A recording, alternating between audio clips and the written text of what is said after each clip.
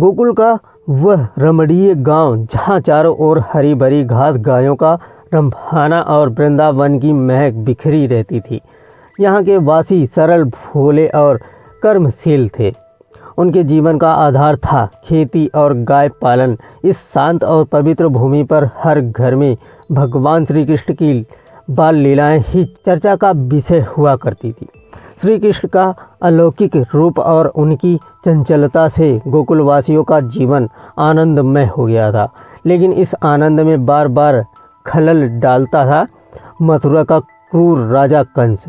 उसने गोकुल पर अपना आतंक फैलाने के लिए कई असुरों को भेजा था। कंस को यह डर था कि वासुदेव और देवकी का पुत्र, जिसका भविष्य में उसे वध करना निश्चित था, गोकुल में ही पल रहा है। कंस ने सबसे पहले पूतना नामक राक्षसी को भेजा। वह अपने मायावी रूप में एक सुंदर स्त्री का वेश धारण कर गोकुल पहुंची। उसने अपने स्तनों में विष लगाकर बालक कृष्ण को मारने का प्रयास किया, लेकिन कृष्ण ने उसकी कपट नीति को भांप लिया।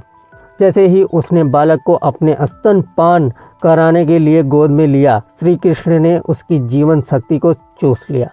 पूतना वहीं धराशायी हो गई। गोकुलवासियों ने इसे बालक कृष्ण की अलौकिक शक्ति का प्रमाण माना। कंस को जब पूतना की मृत्यु का समाचार मिला तो उसका क्रोध और बढ़ गया। उसने वृतासुर, बकासुर और अघासुर जैसे राक्षसों को भेजा, लेकिन हर बार श्री कृष्ण अपनी बुद्धिमत्ता और बल से गोकुलवासियों की रक्षा करते। एक दिन बकासुर एक विशाल बगुले का रूप लेकर गोकुल के पास यमुना नदी के किनारे आया। वह जलचरों और पक्षियों को मारकर गोकुल के खेतों पर जल स्रोतों को दूषित करने लगा। श्री कृष्ण ने अपनी लीला से बकासुर को पराजित किया। उन्होंने उसकी चोंच को पकड़कर उसे 2 हिस्सों में विभाजित कर दिया। गोकुलवासियों ने इसे ईश्वर की कृपा मानकर श्री कृष्ण की जय जय जयकार की। गोकुलवासियों की भक्ति गोवर्धन पर्वत की पूजा में निहित थी। वे हर वर्ष इंद्र देवता की पूजा करते थे ताकि वर्षा हो और उनकी फसलें लहलहा उठें। लेकिन इस बार श्री कृष्ण ने गोकुलवासियों से कहा, इंद्र की पूजा छोड़कर गोवर्धन पर्वत की पूजा करो। यह पर्वत ही हमें पानी, घास और छाया देता है। गोकुलवासी श्री कृष्ण की बातों से सहमत हो गए और उन्होंने गोवर्धन पर्वत की पूजा की। इंद्र को यह अपमान सहन नहीं हुआ। उसने गोकुल पर प्रलयकारी वर्षा भेज दी। गोकुलवासी भयभीत हो गए।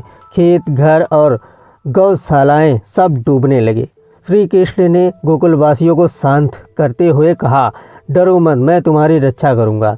उन्होंने अपनी छोटी उंगली पर गोवर्धन पर्वत को उठाकर छत के समान धारण कर लिया।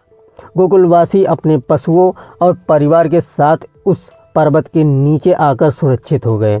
इंद्र की वर्षा 7 दिन तक बिना रुके चलती रही, लेकिन श्री कृष्ण के अलौकिक बल के सामने वह असफल हो गया। अंततः इंद्र ने अपनी हार मान ली और श्री कृष्ण के चरणों में आकर क्षमा मांगी। उसने समझा कि यह कोई साधारण बालक नहीं बल्कि साक्षात भगवान विष्णु का अवतार है। इंद्र के प्रकोप से मुक्ति मिलने के बाद गोकुलवासियों का विश्वास श्री कृष्ण पर और भी गहरा हो गया। उन्होंने यह समझ लिया कि श्री कृष्ण उनके रक्षक हैं। गोकुलवासियों का जीवन फिर से पहले जैसा खुशहाल हो गया।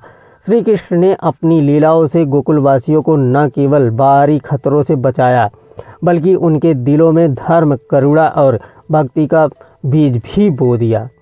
उनका प्रेम और सुरक्षा का वचन गोकुलवासियों के लिए जीवन भर का आधार बन गया। इस कथा से हमें यह शिक्षा मिलती है कि जब भी संकट आता है, हमें साहस, प्रेम और विश्वास के साथ उसका सामना करना चाहिए।